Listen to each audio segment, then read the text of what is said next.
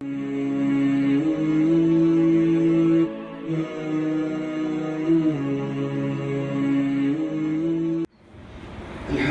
رب العالمین والصلاة والسلام علی سید المرسلین محمد وعلی آلہ وصحبہ اجمعین اما بعد فاعوذ باللہ من الشیطان الرجیم الذین ينقضون عهد اللہ من بعد میثاقہ ويقطعون ما امر اللہ به ان يوصل ويفسدون في الارض اولئک هم الخاسرون كيف تكفرون بالله وكنتم أمواتا فأحياكم ثم يميتكم ثم يحييكم ثم إليه ترجعون هو الذي خلق لكم ما في الأرض جميعا ثم استوى إلى السماء فسواهن 7 سماوات وهو بكل شيء عليم صدق الله العظيم. محترم حاضرین، کل کی تفسیر میں آخری جملہ تھا وَمَا يُضِلُّ بِهِ إِلَّا الْفَاسِقِينَ. اللہ تعالیٰ نافرمانوں کو گمراہ کرتا ہے، ہدایت سے محروم کر دیتا ہے. فاسق کون ہے؟ آگے کی آیت میں اللہ تبارک و تعالیٰ نے ان کی 3 برائیوں کا تذکرہ فرمایا ہے. فاسقین میں 3 بیماریاں ہیں، 3 خرابیاں ہیں. الذین ینقضون عہد اللہ من بعد میثاقہ. پہلی خرابی یہ ہے کہ یہ وہ لوگ ہیں جو اللہ کے عہد کو توڑ دیتے ہیں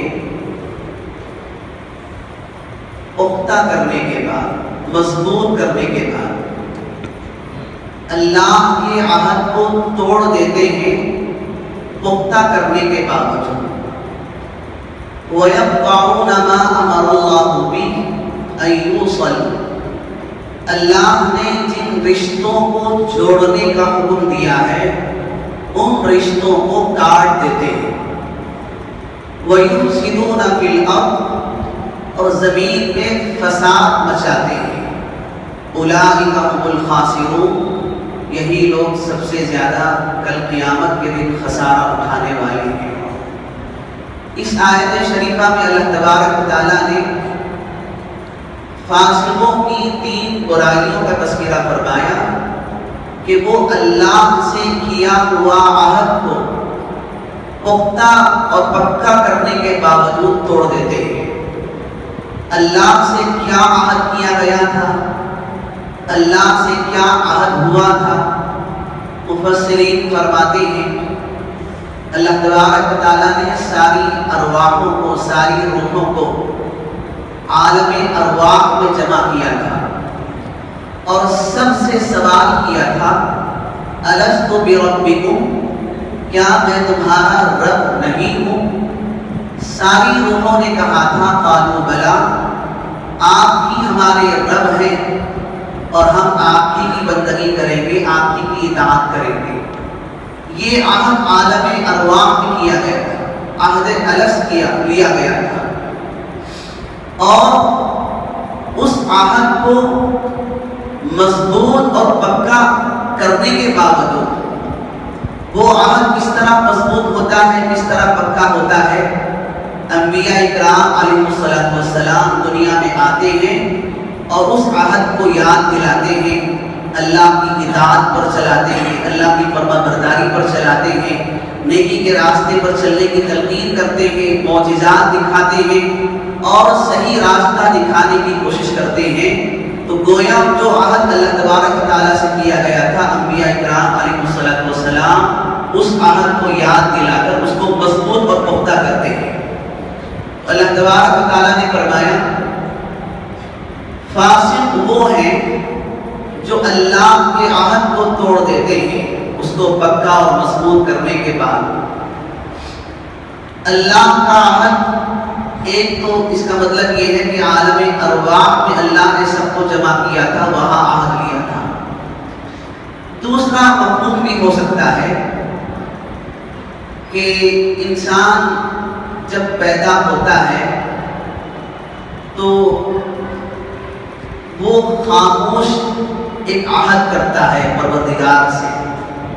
اس کا پیدا ہونا، اس کا دنیا میں آنا گویا خاموشی سے ایک عہد کرنا ہے.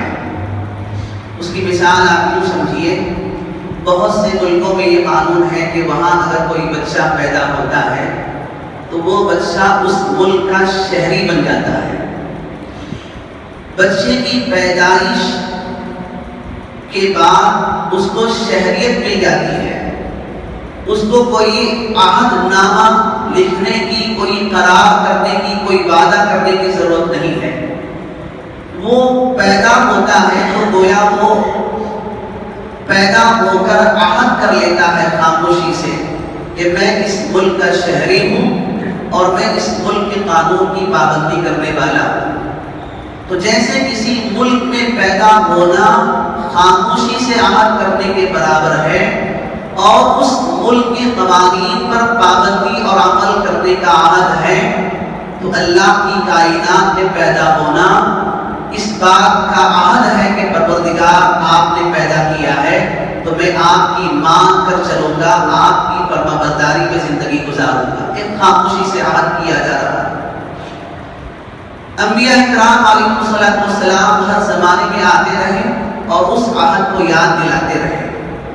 اس کا تیسرا مفہوم بھی ہے، اور تیسرا مفہوم یہ ہے کہ یہ یہودیوں سے کہا جا رہا ہے. اللہ تبارک و تعالیٰ نے انبیاء کرام علیہ السلام سے میثاق لیا تھا، وعدہ لیا تھا کہ میں تمہیں نبی بناؤں گا، کتاب دوں گا. تمہاری ذمہ داری یہ ہوگی کہ تمہارے بعد ایک نبی آنے والے ہیں، اس نبی کی تمہیں تائید کرنی ہے، مدد کرنی ہے، اور وہ نبی تمہاری باتوں کی تصدیق کرنے والے ہوں گے. قرآن مجید میں ہے وَإِذْ أَخَذَ اللَّهُ مِيثَاقَ النَّبِيِّينَ لَمَا آتَيْتُكُم مِّن كِتَابٍ وَحِكْمَةٍ ثُمَّ جَاءَكُمْ رَسُولٌ مُصَدِّقٌ لِّمَا مَعَكُمْ. تو ہر زمانے کے نبی یہ کہا کرتے تھے کہ آخری پیغمبر آنے والے ہیں، محمد صلی اللہ علیہ وسلم آنے والے ہیں. میری امتیوں، میرے امتیوں، تمہاری ذمہ داری ہے کہ ان پر ایمان لے آؤ اور ان کی مدد کرو، ان کی نصرت کرو، ان کی تصدیق کرو. ہر زمانے کے پیغمبر نے اپنے امتیوں کو یہ تاکید فرمائی تھی. تو گویا اس عہد کی طرف، اس میثاق کی طرف اشارہ ہے کہ اس کو یہ لوگ توڑ دیتے ہیں. الذين ينقضون عهد الله من بعد ميثاقه ويقطعون ما امر الله به ان يوصل. اللہ نے جن رشتوں کو جوڑنے کا حکم دیا ہے ان رشتوں کو توڑ دیتے ہیں. مطلب یہ ہے کہ ماں باپ کا احترام، بھائیوں کا حق، بیوی کا حق، بچوں کا حق، رشتہ داروں اور پڑوسیوں کے ساتھ اچھے تعلقات، جسے قرآن مجید کی اصطلاح میں صلہ رحمی کہا جاتا ہے، اچھا سلوک کرنا کہا جاتا ہے، کہ ان کے حقوق کو ادا کرنے کا اہتمام کرنا. یہ لوگ حقوق ادا نہیں کرتے بلکہ رشتوں کو توڑ دیتے ہیں. تو اللہ فرماتے ہیں کہ یہ دوسری خرابی ہے فاسقوں کی، نافرمانوں کی، کہ وہ رشتوں کو توڑ دیتے ہیں. وَيُفْسِدُونَ فِي الْأَرْضِ، اور زمین میں فساد مچاتے ہیں. فساد مچانا اس کا مطلب یہ ہے کہ اللہ کے عہد کو توڑنا، اس سے بھی فساد دنیا میں پیدا ہوتا ہے. اور اللہ نے جن رشتوں کو جوڑنے کا حکم دیا تھا ان رشتوں کو توڑنے سے بھی فساد پیدا ہوتا ہے. اللہ کے ساتھ جو تعلق ہونا چاہیے تھا وہ تعلق صحیح نہیں ہے، اور اللہ کے بندوں کے ساتھ جو تعلق ہونا چاہیے تھا وہ تعلق بھی صحیح نہیں ہے. تو اگر یہ دونوں چیزیں صحیح نہیں ہوں گی تو زمین میں فساد پیدا ہو جاتا ہے. تو اللہ فرماتے ہیں کہ یہ لوگ زمین میں فساد مچاتے ہیں، یعنی اللہ کا حق بھی ادا نہیں کرتے اور بندوں کا حق بھی ادا نہیں کرتے. پہلے جملے میں اللہ کے حقوق کی طرف اشارہ ہے اور دوسرے جملے میں بندوں کے حقوق کی طرف اشارہ ہے کہ یہ اللہ کا حق بھی صحیح طور سے ادا نہیں کرتے اور بندوں کا حق بھی صحیح طور سے ادا نہیں کرتے. تو زمین میں فساد پھیل جاتا ہے. بزرگان گرامی، اس وقت جو بیماریاں، جو وبائیں، جو پریشانیاں کھڑی ہوئی ہیں، دل پر ہاتھ رکھ کر بتائیے اللہ کے کتنے احکامات ہماری زندگی میں ٹوٹتے جا رہے ہیں، اور رشتہ داروں کے درمیان کتنی دراڑیں پیدا ہو رہی ہیں، نفرتیں پیدا ہو رہی ہیں، عداوتیں پیدا ہو رہی ہیں، دشمنیاں پیدا ہوتی چلی جا رہی ہیں۔ اس وقت امت مسلمہ کا حال یہ ہے، اگر امت دو چیزوں کی پابندی کر لے تو اللہ کی نصرت شامل حال ہو جائے گی۔ سب کو انتظار ہے کب آئے گی اللہ کی مدد، کب آئے گی اللہ کی نصرت۔ متى نصر اللہ، ایک موقع ایسا آیا تھا صحابہ اکرام کو کہ وہ ہلا دیے گئے، جھنجھوڑ دیے گئے، اور ان کی زبانوں پر آیا کب آئے گی اللہ کی مدد۔ آج امت کا حال بھی یہی ہے کہ ہر خاص و عام اللہ کی نصرت کا انتظار کر رہا ہے کب آئے گی اللہ کی مدد۔ اللہ کی مدد بہت قریب ہے، الا ان نصر اللہ قریب، اللہ تعالیٰ نے فرمایا میری مدد بہت قریب ہے۔ شرط یہ ہے کہ دو چیزیں امت کے اندر پیدا ہو جائیں۔ میں نے بہت محسوس کیا تو مجھے اس بات کا اندازہ ہونے لگا ہے، اگر یہ امت مسلمان فرائض کا اہتمام کرنے والے بن جائیں، فرائض میں نماز بھی ہے، روزہ بھی ہے، زکوٰۃ بھی ہے، حلال کمائی بھی ہے، حلال کمائی بھی ہے، ماں باپ کے حقوق بھی ہیں، رشتہ داروں کے حقوق بھی ہیں، یعنی جو چیزیں فرض کے درجے میں ہیں امت ان فرائض کا اہتمام کرنے والی بن جائے، اور سنت چھوٹ رہی ہے، نفل چھوٹ رہی ہے، مستحب زندگی سے نکل رہا ہے، تو اللہ کی ذات سے امید ہے کہ اللہ تبارک و تعالیٰ معاف فرما دیں گے۔ پہلے فرائض کا اہتمام پیدا ہو جائے۔ ظہر کی 12 رکعتیں ہیں، اگر کسی کو سنت پڑھنے کا موقع نہیں ہے تو فرض تو پابندی سے پڑھ لیا کرے۔ 4 رکعت فرض ہے، کچھ زیادہ دیر نہیں لگتی، اور جب آدمی پابندی کرنے لگتا ہے تو پھر اس کے اندر شوق پیدا ہو جائے گا، پھر وہ سنتوں کی پابندی بھی کرنے لگ جائے گا۔ تو پہلی چیز جو میں محسوس کرتا ہوں وہ یہ کہ امت میں فرائض کا اہتمام پیدا ہو جانا، اور دوسری چیز جس سے امت کو بچنا ہے وہ حرام کاموں سے بچنا ہے۔ حرام، جھوٹ بولنا بھی حرام ہے، غیبت یہ بھی حرام ہے، دھوکہ دینا بھی حرام ہے، رشوت بھی حرام ہے، سود لینا اور دینا بھی حرام ہے۔ تو حرام کی ایک لسٹ بنتی ہے، فہرست بنتی ہے کہ یہ کام حرام کے درجے میں ہے۔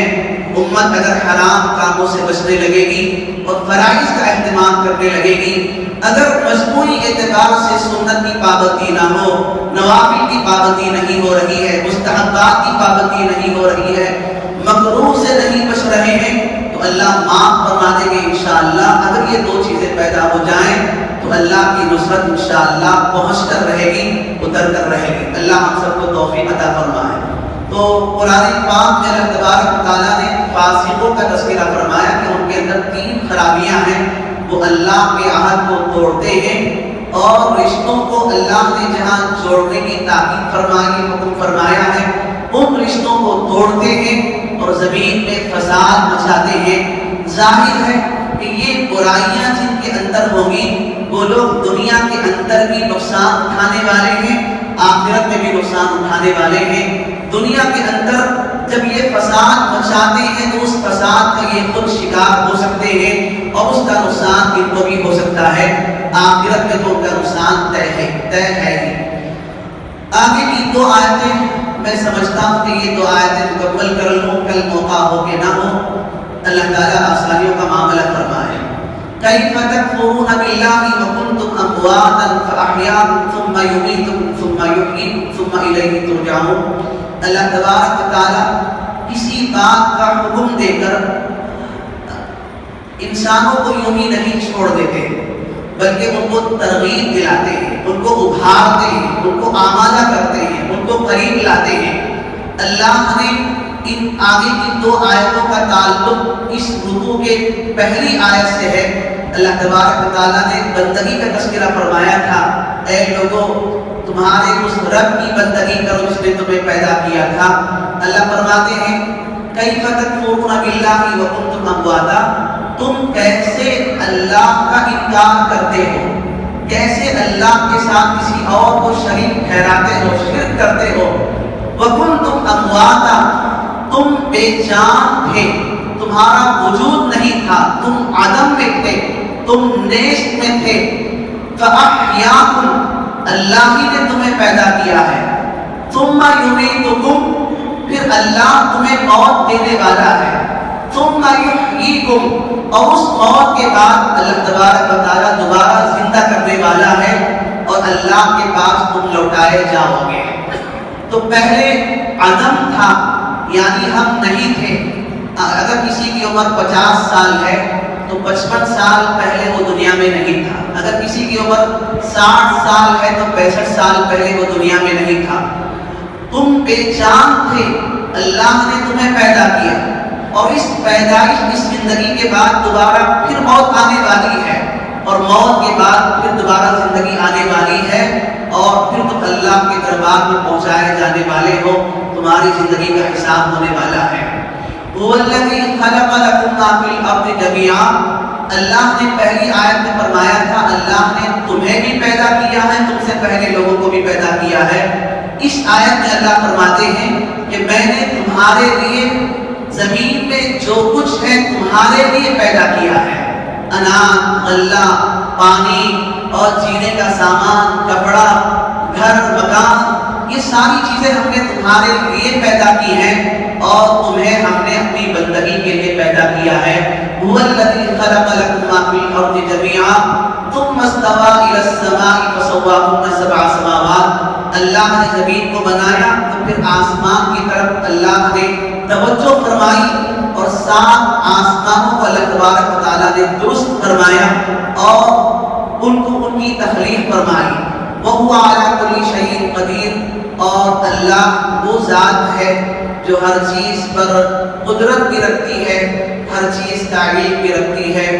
اللہ تبارک و تعالیٰ اس بات پر بھی قادر ہے کہ جو صورتحال مسجدوں کو بند کرنے کی بن رہی ہے، اللہ اس کو ختم کرنے پر بھی قادر ہے، اس وبا کو ختم کرنے پر بھی قادر ہے۔ دعاؤں کا اہتمام کریں، حالات جیسے بھی ہوں، مسلمان کبھی مایوس نہیں ہوتا۔ اللہ کی مصلحت، اللہ کے حکم کے سامنے سر جھکا دینا، یہ اصل اطاعت ہے، اصل اسلام ہے۔ اللہ تبارک تعالیٰ ہم سب کو کامل ایمان نصیب فرمائے، سچا مسلمان بنائے۔ ابھی حکومت کی جانب سے کچھ گائیڈ لائنس آئی ہیں، کچھ شرائط آئی ہیں، اس پہ لگتا ہے کہ مسجدیں بھی شاید بند رہیں گی۔ یہ موقع ہم سب کے لیے انتہائی تکلیف دہ ہے کہ ایک رمضان تو بہت بے رونق گزرا تھا، ابھی کچھ بہاری شروع ہوئی تھی رمضان کی، کچھ نورانیت شروع ہوئی تھی رمضان کی، پھر دوبارہ وہ شکل پیدا ہونے لگی ہے۔ آج 9 بجے رات سے وہ احکامات شروع ہو جانے والے ہیں۔ اس درمیان میں بہت ممکن ہے علماء کرام، ملت کے قائدین حکومت سے بات چیت کریں، کوئی راستہ نکالیں۔ اگر راستہ نکلتا ہے تو ہمیں اللہ کا شکر ادا کرنا ہے، اگر راستہ نہیں نکلتا ہے تو صبر کرنا ہے، اور جو ماحول مسجد کا ہوتا ہے وہ اپنے گھروں کے اندر پیدا کرنے کی کوشش کریں۔ تراویح کا اہتمام اپنے گھر کے اندر کریں۔ 20 رکعت نماز یہ رسول اللہ صلی اللہ علیہ وسلم کی پسندیدہ نماز تھی، حضور نے اہتمام فرمایا تھا۔ تو اس نماز کا اہتمام، جو صورتیں آپ کو آتی ہیں وہی صورتیں پڑھ کر مکمل کرنے کی کوشش کریں۔ ایک بات یہ بھی میں عرض کر دینا ضروری سمجھتا ہوں کہ لاک ڈاؤن ایک پہلے بھی ہم نے دیکھا، اس میں کیا پریشانیاں آئی تھیں، کتنی مصیبتیں آئی تھیں، مسلمانوں کو کتنی بدنامی اٹھانی پڑی تھی، کہاں کہاں کس طرح نوجوانوں کو پیٹا گیا تھا، پریشان کیا گیا تھا۔ اس سے ہمیں سبق حاصل کرنے کی ضرورت ہے۔ بلا وجہ باہر نکل کر پریشان ہونا، خود بھی پریشان ہونا اور اپنی قوم کو بدنام کرنا، یہ عقل مندی اور دانش مندی نہیں ہے۔ اللہ تبارک و تعالی ہم سب کو توفیق عطا فرمائے۔ جو ہدایتیں دی جائیں گی مسلمان ان پر عمل کرنے کی کوشش کریں اور دعاؤں کا خاص اہتمام کریں۔ دعا واحد ہتھیار ہے، علاج ہے اللہ تبارک و تعالیٰ کے سامنے کہ وہ حالات کو تبدیلیاں بھی ہو جاتی ہیں انشاءاللہ، اور حالات سازگار بھی انشاءاللہ ہو جائیں گے۔ اللہ تعالیٰ امت کو عافیت نصیب فرمائے، سلامتی نصیب فرمائے، چہر و سکون کی زندگی نصیب فرمائے۔ اللہ تعالیٰ ہم سب کو سچا پکا ایمان والا مسلمان بنائے۔ وآخر دعوانا